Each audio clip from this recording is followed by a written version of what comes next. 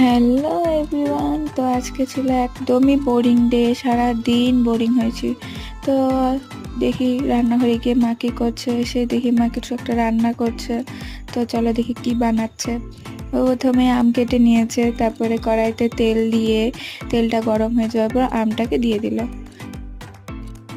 এবার আমগুলো ভালো মতো নাড়াচাড়া করে নেওয়ার পর পরিমাণ মতো নুন দিয়ে আবার ভালো মতো নাড়াচাড়া করে নিতে হবে, তারপর ঢেকে দিতে হবে। তারপর কিছুক্ষণ ঢেকে রাখার পর দেখা যাবে আমগুলো হালকা হালকা গলে গেছে। তো তখন না গললেও আমগুলোকে ভালো মতো গলাতে হবে। তারপর চিনি দিয়ে ভালো মতো নাড়াচাড়া করে ঢেকে রেখে দিতে হবে।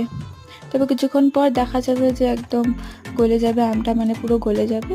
তারপর ভালো মতো ফুটিয়ে ঠান্ডা করে নিলেই রেডি আমের জেলি। সবাই এটা ট্রাই করে দেখতে পারো বাড়িতে। এটা চাটনিতে দিয়েও খাওয়া যায়, এমনকি রুটি দিয়েও খাওয়া যায়। ভিডিওটি ভালো লাগলে like, comment, share and subscribe.